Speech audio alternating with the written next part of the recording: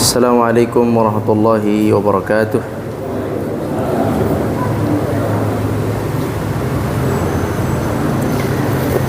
Innal hamdalillah nahmaduhu wa nasta'inuhu wa nastaghfiruh wa na'udzu billahi min shururi anfusina wa min sayyiati a'malina. May yahdihillahu fala mudilla lahu wa may yudlil fala hadiya lahu. Allahumma salli wa sallim wa barik ala nabiyyina Muhammadin wa ala alihi wa sahbihi ajma'in, amma ba'd. Kaum muslimin yang dirahmati Allah Subhanahu wa taala, pada kesempatan yang berbahagia ini mari sama-sama kita panjatkan rasa syukur kita kepada Allah Subhanahu wa taala dengan mengucapkan alhamdulillahi rabbil alamin. Salawat dan salam kepada Nabi kita Nabi Muhammadin sallallahu alaihi wasallam. Allahumma salli wa sallim wa barik alaihi. Kaum muslimin yang dirahmati Allah Subhanahu wa taala, hari ini insyaallah kita akan melanjutkan pembahasan mengenai salat. Salat yang sudah kita bahas dalam bab salat ini adalah mengenai waktu salat.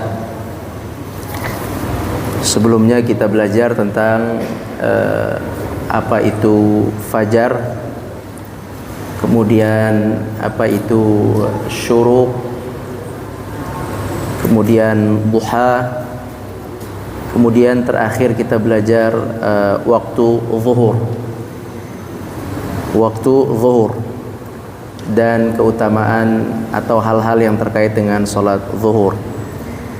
Hari ini kita akan belajar mengenai salat asar. Salat asar.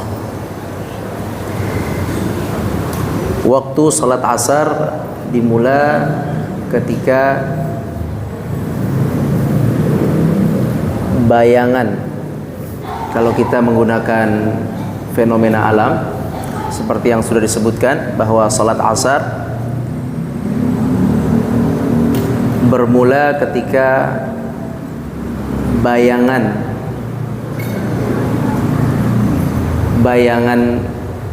satu tombak itu sejajar dengan tombaknya atau panjangnya sama.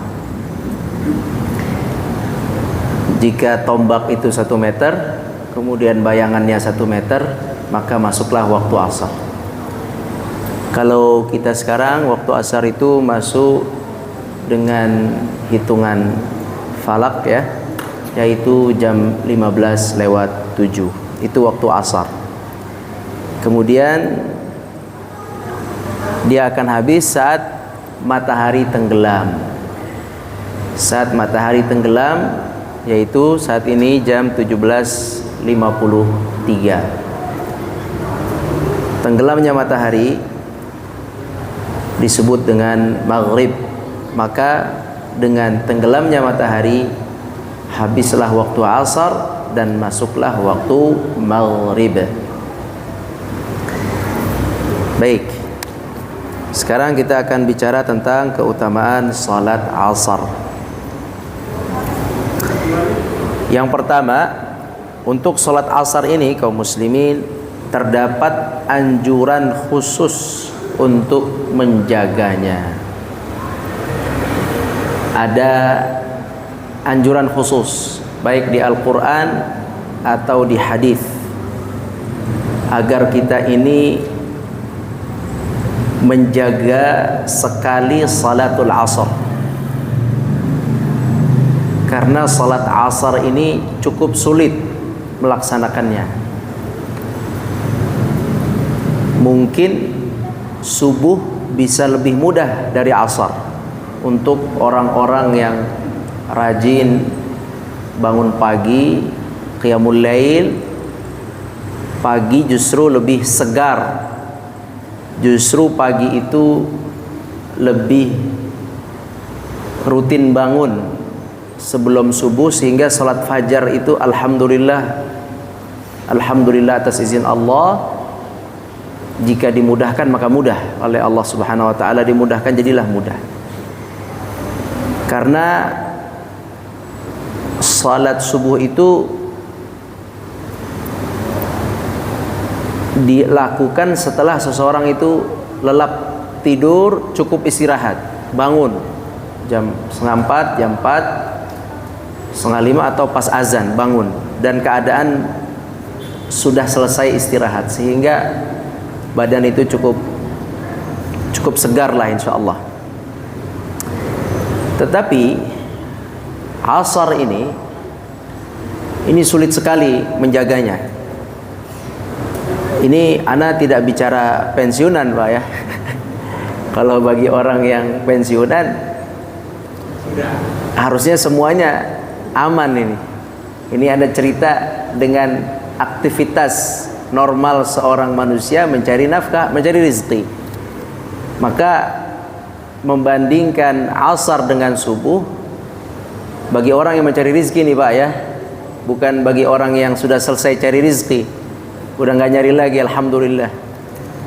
Nggak dicari aja bisa hidup Pak. Jadi yang lagi nyari jangan terlalu sibuk, yang nggak nyari aja bisa hidup. Yang sedang nyari tenang aja, jangan ninggalin sholat. Ya, karena nanti ada waktunya antum juga nggak nyari rizki, bisa hidup juga kok, sehat walafiat, nikmat, cukup. Jadi bagi orang yang mencari rizki normal, waktu asar itu cukup berat Pak. Sebab kalau istilah kita waktu nanggung, istilah kita itu istilah manusia, tapi tidak boleh kita bilang nanggung, nggak boleh. Ini udah ketetapan Allah. Justru kita diuji dengan yang nanggung ini, apakah kita bisa menjaganya atau tidak. Ini sangat berat asar bagi yang bekerja sebagai pengendara mobil misalnya, supir baik pribadi atau kendaraan umum. Ini sulit sekali menjaga asar. Kalau subuh mudah, dia bangun pagi. Zuhur masih bisa dianggap mudah sebab bertepatan dengan makan siang, istirahat banyak orang.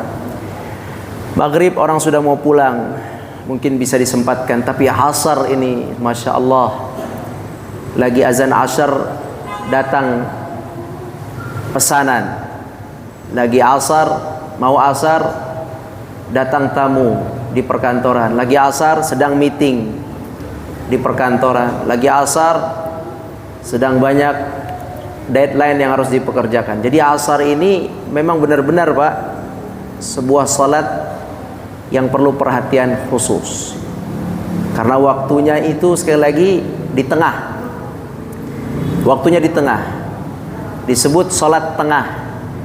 Salat yang paling pagi subuh atau fajar, kemudian salat zuhur, kemudian salat tengah, kemudian maghrib, kemudian isya. Oleh karena itu, karena posisinya yang cukup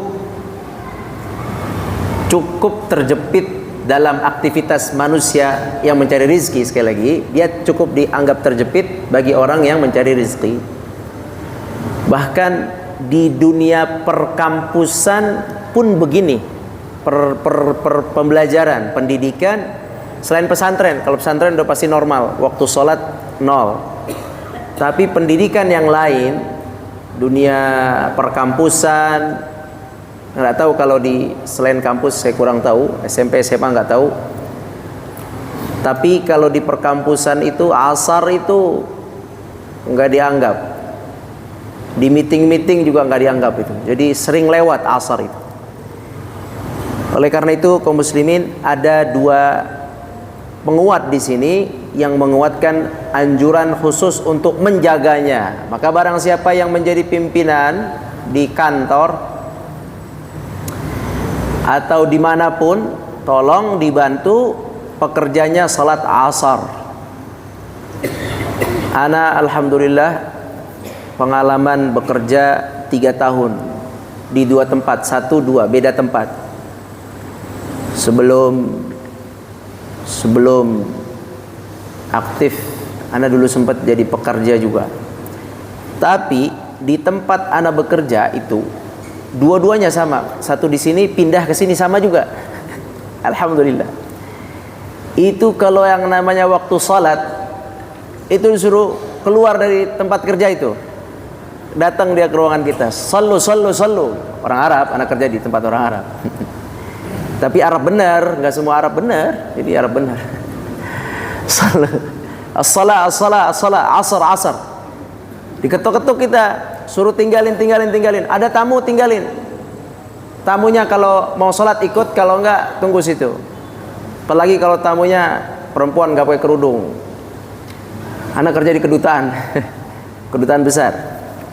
Kedutaan besar, satu Saudi, satu Emirat. Sama-sama itu. Lagi lurus saja tuh, alhamdulillah. Alhamdulillah di situ pimpinan tertingginya tuh turun menyuruh salat di waktu salat, az-zuhur wal asar, 2 itu. Subuh tidak ada kita di situ, maghrib tidak di situ. 2 salat itu alhamdulillah disuruh salat. Nah, itu. Jadi barang siapa yang punya kekuasaan, tolong disuruh salat anak buahnya di waktu zuhur, wabil khusus al-asar. Baik, kita juga pernah dengar sebelum Anda baca ini, kita pernah dengar sebuah surat yang disebut surat Al-Asr. Benar gak? Ada surat Al-Asr ya? Apa arti Al-Asr? Wal asri, apa arti wal asri innal insan? Nah, di Indonesia, di Depak ya, terjemahan Depak, tidak salah. Itu diartikannya masa. Tapi Bapak Ibu sekalian, ketahuilah itu arti yang sesungguhnya wal asr, demi waktu asar. Naam, wal asr, demi waktu asar. Wal fajr, ada surat Al-Fajr. Itu demi waktu fajar. Subuh yang disuruh jaga subuh wal asr, subuh asar. Wal fajri, demi waktu fajar, subuh yang sulit, yang berat, yang barakah. Wal asri, demi waktu asar. Makanya ketika Anda belajar dengan para syekh ya, dengan orang Arab gitu, belajar tafsir wal asr, itu waktu asar, bukan demi masa. Nah, tapi nggak apa-apa diartikan demi masa, karena al-asru maknanya bisa masa juga, masa yang panjang. Cuman orang kita fahamnya wal asru langsung demi masa. Padahal di situ ada pemaknaan lain yang lebih kuat, wal asri, yaitu demi waktu asar. Gitu. Jadi demi waktu asar itu menunjukkan pentingnya waktu asar itu. Kemudian di sini ada ayat Al-Quran, kita lihat yang poin 1, anjuran khusus menjaganya. Allah Subhanahu wa ta'ala berfirman, A'udzu billahi minasy syaithanir rajim, hafidhu 'alas salawati was salatil wusta. Hafidhu, jagalah. Ini apa nih? Janganlah, astagfirullah. Bahaya nih. Ini terjemahan Rahmat Hidayat, ini bahaya. Kalau ini salah nih. Jagalah. Kalau janganlah, waduh, ini pemelesetan berbahaya ini. Ini salah ya, maaf ya. Jagalah. Bukan jangan ini, jagalah. N-nya ada 2 ini, dihapus. Jagalah salat, hafidhu, jagalah salat 5 waktu. Alas salawat, as-salawat artinya salat 5 waktu. Was-salatil wusta, dan jagalah salat tengah. Nah tadi disebut salat al-wusta, salat tengah, yaitu salat asar. Ayat ini memerintahkan orang-orang yang beriman untuk menjaga salat. Tentu yang 5 yang perlu dijaga, salat fardu. Dan salat itu kaum muslimin, kenapa harus dijaga? Karena dia itu penolong bagi kita. Insya Allah nih ya, insya Allah orang yang bagus salat fardunya, insya Allah mudah urusannya. Insya Allah. Nah, Allah berfirman, ya ayyuhalladzina amanu ista'inu bis sabri was salah. Wahai orang-orang yang beriman, jadikanlah as-sabr, sabar, dan salat sebagai penolong kalian. As-sabru, sabar, dan salat penolong kalian. Jadi sabar penolong, salat penolong. Kalau dua-dua ini tergabung, dia akan menjadi peringan segala perkara urusan dunia. Nah, dan salat yang dimaksud dalam ayat itu adalah yang utama, salat fardu. Jaga salat fardu, dia akan menjadi penolong dalam segala perkara, insya Allah. Salat fardu, jaga yang benar. Jaga itu bukan asal-asalan salatnya, jaga waktunya, jaga tata caranya, dijaga, dilaksanakan dengan baik. Apabila dijaga, maka orang-orang yang menjaga salat 5 waktu, insya Allah salat itu akan berfungsi sebagai penolong kemudahan perkara-perkaranya di luar masjid. Dia ke rumah Allah di waktu salat, dia keluar ditolong oleh Allah. Apalagi dia menjaga rawatib. Subhanallah, orang-orang yang menjaga rawatib, salat-salat sunnah, fardunya dijaga di masjid, kemudian salat sunnah, insya Allah dimudahkan, Pak. Dimudahkan. Maka orang-orang yang sibuk bekerja, ana sarankan yang sibuk kerja mencari nafkah, jangan tinggalkan salat 5 waktu di masjid, karena dia sebagai pemudah segala perkara. Nah, Allah Subhanahu wa taala di sini menyuruh kita untuk menjaga salat 5 waktu secara umum, kemudian ada perintah khusus wassalatil wusta, dan salat tengah dijaga. Ini nasihat buat Anda juga, buat kita semua. Berat memang Pak, terus terang. Terkadang bagi yang kosong lagi tidur atau menjelang asar ngantuknya bukan main, Masya Allah. Menjelang asar ngantuk. Kalau sudah bangun tidur enak segar, atau sedang tidur terkadang. Jadi memang salat asar ini perlu dijaga, maka ada perintah khusus. Yang kedua, dari hadis Nabi SAW, dari Abu Musa al-Asy'ari radhiyallahu anhu, Rasulullah sallallahu alaihi wasallam bersabda, yang artinya kalian akan melihat Allah di surga, maksudnya tidak akan di dunia, di surga. Kalian akan melihat Allah di surga sebagaimana kalian melihat bulan purnama ini. Bulan purnama, kalau kita lihat di tanggal 15 bulan Hijriyah, itu terang, menerang, dan melihatnya ke atas. Begitulah nanti kita diperlihatkan Allah yang menciptakan kita, Pak. Kita diperlihatkan Allah, wajah Allah, zat Allah yang menciptakan semua alam semesta ini. Menciptakan manusia dengan jenis-jenisnya, dengan warna-warnanya, dengan berbagai bentuknya, menciptakan hewan dengan berbagai jenisnya, menciptakan tumbuhan dengan berbagai jenisnya, menciptakan awan, langit, udara, air, matahari.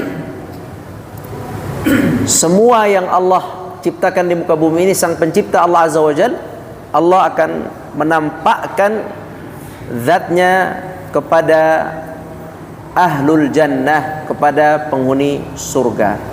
Dan kita akan melihat Allah Subhanahu wa ta'ala. Kata Nabi, itulah kenikmatan yang paling ditunggu oleh penduduk surga. Dan penglihatan kepada Allah Azza wa Jalla itu tidak didapat setiap waktu. Bismillah. Tergantung surganya. Bagi yang tinggal di surga Firdaus, maka dia akan lebih sering melihat, bertemu dengan Allah Azza wa Jal, melihat Allah Azza wa Jal, bagaikan melihat bulan purnama di dalam hadis ini. Dan bagi yang surganya di bawah, dia agak jarang, ada jedah waktunya, tidak sama dengan ahlul jannah yang di atas. Maka Bapak Ibu sekalian, di antara nikmat Firdaus, surga Firdaus adalah sering melihat Allah Azza wa Jalla. Dan kita rindu zat yang kita sujud untuknya, kita bertakbir, kita salat, kita puasa untuknya, kita tilawah, kita baca firman-Nya, kita pelajari ibadah untuknya. Kita ingin bertemu melihatnya di surga. Kata Nabi SAW, tidak terhalang sedikit pun dalam melihatnya. Jelas, subhanallah, Allahu Akbar. Jika kalian mampu, nah ini maksudnya supaya masuk surga dan kalian bisa melihat Allah.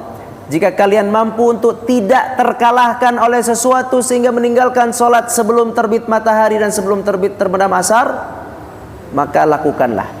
Yani jika kalian mampu untuk tidak dikalahkan dengan sebuah perkara, ya, sehingga kalian meninggalkan solat subuh dan asar, maka jangan sampai kalah, begitu maksudnya. Nah, ini sebenarnya cocoknya buat yang kerja ini, yang sibuk di waktu asar, sibuk dengan orderan, sibuk dengan pekerjaan, dengan mengajar, dengan berdagang, dengan tamu. Ini subhanallah, kalau bisa kalian jangan sampai kalah, maka jangan kalah. Subuh wal asar, subuh dan asar. Hadis Bukhari. Jadi inilah anjuran khusus dari Al-Quran dan dari Nabi SAW agar kita wanti-wanti salatul asar. Salatul asar bisa disurvei, coba aja disurvei oleh pengurus masjid, bandingkan 5 salat waktu, mana yang paling dikit jumlahnya, coba saja disurvei. Anda belum tahu juga, tapi mungkin bisa disurvei mana yang paling penuh masjid kita ini, mana yang paling jarang, bisa disurvei. Yang kedua, salat apa ini? Yang kedua, persaksian khusus malaikah. Nah, malaikat itu ada yang bertugas dengan tugasnya masing-masing. Banyak tugasnya. Di antara malaikat ada yang bertugas sebagai penjaga, atau apa ya, disebut sebagai muraqib. Apa itu? Pengawas manusia. Jadi kita tuh banyak, Pak. Ada malaikat raqib, ada malaikat atid, yang catat kan, catat amal baik, catat amal buruk. Ada malaikat qarin, pernah ya, qarin, malaikat yang sebelah kanan, qarin kanan, ada qarin kiri. Qarin kanan malaikat, qarin kiri syaitan. Semuanya punya. Qarin kanan mengajak orang kepada kebenaran dan keyakinan, dua. Kebenaran dan keyakinan. Di sini ditiupkan keyakinan, dibisikkan keyakinan. Syaitan, qarin syaitan mengajak kepada maksiat dan keraguan. Kalau ada ragu, hati-hati, itu dari syaitan. Banyak malaikat. Ada malaikat yang menaungi majelis ta'lim seperti ini, majelis zikir. Nah, ada malaikat yang khusus untuk mengawas perbuatan manusia. Dalam sehari 24 jam dibagi 2 malaikat. Allah Maha Kaya ya, subhanallah. Bisa saja ini 1 malaikat, tapi Allah bagi 2. Allah bagi 2. Dan malaikat ini bekerja dari asar sampai subuh, kemudian selesai, kemudian datang yang malaikat selanjutnya dari subuh sampai asar. Itu waktu pergantian amalnya, asar subuh. Makanya kita lihat di sini dari Abu Hurairah radhiyallahu anhu, Rasulullah SAW bersabda, bergantian datang kepada kalian antara malaikat siang dan malaikat malam. Mereka bertemu di waktu salat asar dan subuh. Jadi ketika bapak-bapak salat subuh di masjid, Ya, azan subuh lah. Bukan hanya azan, sampai salat jamaah. Itu kan ada jeda waktu bisa 20 menit ya Pak. Dari azan subuh sampai salat 15 menit itu masih tepat waktu. Salat tepat waktu itu bukan berarti habis azan langsung salat, bukan. Habis azan, salat sunnah dulu, nunggu qomat, masih tepat waktu. Jadi setengah jam dari waktu azan tuh masih dalam tepat waktu. Setengah jam, tapi diusahakan di masjid, bukan masih ada setengah jam tepat waktu di rumah, enggak gitu. Kalau di rumah enggak banyak kerjaan, habis azan, sholat sunnah, sholat langsung. Di masjid boleh, di masjid diakhirkan setengah jam, 40 menit, baru qomat, tidak apa-apa, masih dianggap sholat tepat waktu jika dilakukan di masjid. Jadi setelah azan tidak langsung meninggalkan bumi ini, tapi menunggu sampai iqamah, baik itu subuh atau asar. Mereka bertemu. Yang bekerja, kita lihat asar ya, misalnya asar, ini waktu asar, jadi ini asar. Jadi yang bekerja dari subuh sampai asar menunggu di saat azan asar. Yang bekerja nanti asar sampai subuh, dia akan bekerja untuk malam, dia turun juga. Ini waktu asar. Mereka berjumpa di sini. Berjumpa menunggu salat asar dimulai. Ketika azan asar sudah, salat dimulai, maka yang ini akan naik. Yang ini, yang selesai bekerja akan naik. Dia membawa catatan yang berlaku, yang dilakukan oleh si fulan dari subuh sampai asar. Dia bawa catatan. Di sini ada pencatat lagi, ini ada pencatatan lagi. Double. Namanya apa ya sebutnya? Double rekapitulasi. Ada kopian, semuanya tepat, nggak ada yang lupa, nggak ada yang salah. Jadi banyak saksi Pak di akhirat, jangan macam-macam.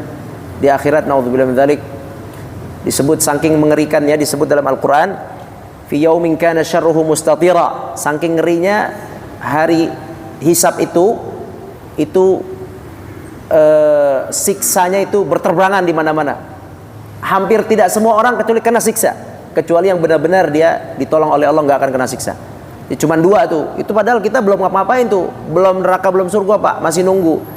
Pilihannya 2, kena siksa atau dapat perlindungan.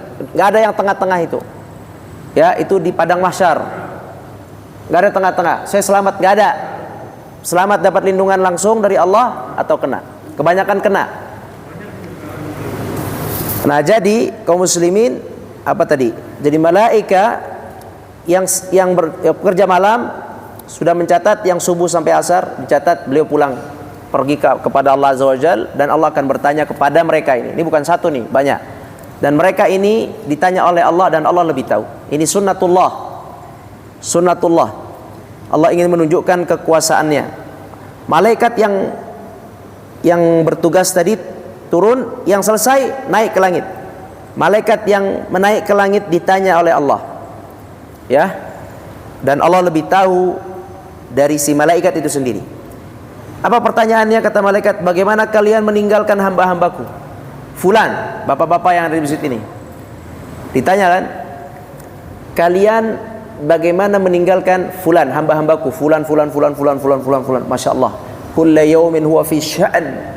Dalam Al-Quran disebut kulla yawmin huwa fi sya'an. Setiap hari Allah itu mengurus hamba-hambanya dengan detail sebanyak ini. La haula wala quwwata illa billah. Laporan fulan dengan kehebatan Allah Azza wa Jalla, semua itu cepat. Innallaha sari'ul hisab, cepat laporan itu. Tuh fulan. Kan banyak Pak yang salat asar Pak, bukan Masjid Korea Tebah doang. Iya enggak? Banyak ini. Malaikat yang naik juga banyak. Makanya enggak, subhanallah, Allah Azza wa Jalla begitu agung, besar, hebat, subhanallah. Maka dilaporkan, ya Allah, fulan waktu saya datang turun di waktu subuh, dia di masjid lagi sholat. Ketika saya naik, dia juga masih di masjid, lagi di masjid maksudnya, lagi di masjid sholat. Masya Allah. Ini persaksian dari malaikat khusus di 2 sholat itu. Sholat apa? As-subhu wal asr. Ini motivasi Pak, terutama buat yang sibuk-sibuk. Nggak tahu di sini sih orang lurus semua masalahnya. Ini harusnya di kantor ini. Ini semua orang sholat asar ini. Di kantor ini harusnya. Di depan orang yang jarang sholat asar. Ya, jadi orang yang sholat asar disaksikan oleh malaikat, ditanya, Allah bertanya pada malaikat, di mana? Bagaimana kau tinggalkan hambaku? Saya tinggalkan sedang salat subuh dan saya datang sedang salat asar. Atau sebaliknya, saya datang sedang salat subuh, saya tinggalkan sedang salat asar. Gimana kalau separuh-separuh? Gimana kalau separuh-separuh? Bisa aja. Bisa aja, ini jawaban yang sempurna. Bisa aja. Subuhnya ada di masjid, asarnya nggak ada. Nah, bisa juga, tapi nggak tahu, nggak diceritain di sini. Atau bisa juga apa? Gimana kau tinggalkan hambaku? Subuh saya datang lagi tidur, saya pulang lagi sholat di masjid. Masya Allah. Ada lagi yang ketiga. Saya datang subuh lagi tidur, saya pulang lagi tidur. Ada yang gitu. Cuman hadis ini ceritanya yang sempurna. Tapi tentu dong, laporan malaikat ini komplit. Ada yang subuh dan asar sedang sholat, ada yang sholatnya subuh doang, asarnya nggak tahu di mana, telat-telat, atau ada yang subuhnya telat-telat, asarnya ada, atau yang subuh asar nggak ada dua-duanya. Nah, jadi kaum muslimin, jagalah sholat asar dan subuh juga termasuk sebagai sholat yang disaksikan khusus oleh malaikat dan ditanya khusus oleh Allah Azza wa Jalla. Kemudian yang ketiga dan keempat hampir sama, yaitu ketiga dilindungi dari neraka, keempat dijamin surga. Dari Umarah bin Ruwaidah, Rasulullah SAW bersabda, tidak akan masuk neraka seorang yang senantiasa sholat sebelum terbitnya matahari. Sebelum terbit matahari sholat apa? Subuh. Dan sebelum tenggelam matahari sholat asar. Kata Rasulullah, tidak akan masuk neraka. Makanya Bapak Ibu sekalian, dijagalah salat asar, sama-sama kita jaga, saling menguatkan. Untuk anak-anak, keluarga kita, saling menguatkan salat asar dan subuh ini. Dan ketika ada orang yang salat asar dan subuh, jangan dianggap buruk, ya. Jangan dianggap dia itu buruk, walaupun beda pendapat, beda pandangan, atau kita mungkin tidak setuju dengan cara dia. Untuk orang yang sholat asar dan sholat subuh disaksikan oleh malaikat, dijamin oleh Allah surga, hadis nomor 4, dilindungi dari neraka, dan dia telah menunaikan anjuran khusus untuk menjaga sholat asar dan sholat subuh. Makanya berbuat baiklah dengan sesama kaum muslimin selama mereka menjaga sholat 5 waktu.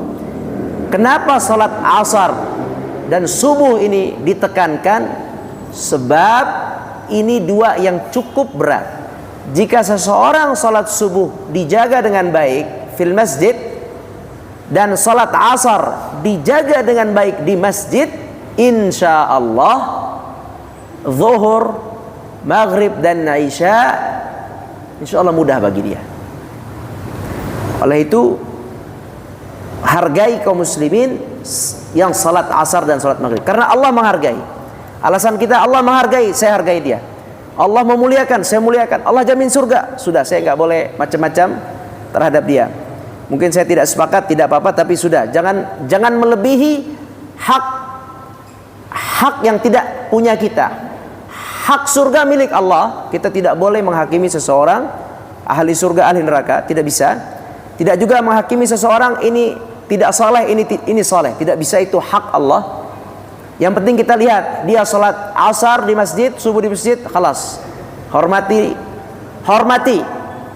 Walaupun orangnya tidak sepintar kita, hormati orang yang salat subuh dan asar. Kemudian yang keempat tadi, dijamin surga. Kata Nabi SAW, barang siapa yang salat di waktu yang dingin, di 2 waktu dingin, maka ia masuk surga. Waktu dingin subuh. Subuh itu adalah waktu malam yang paling dingin, subuh. Kemudian waktu siang yang paling dingin, paling adem adalah asar. Ya, jadi siapa yang sholat 2 itu dijamin surga. Demikian pembahasan kita mengenai sholat asar. Kalau nggak ada yang tanya, ana jelaskan sedikit.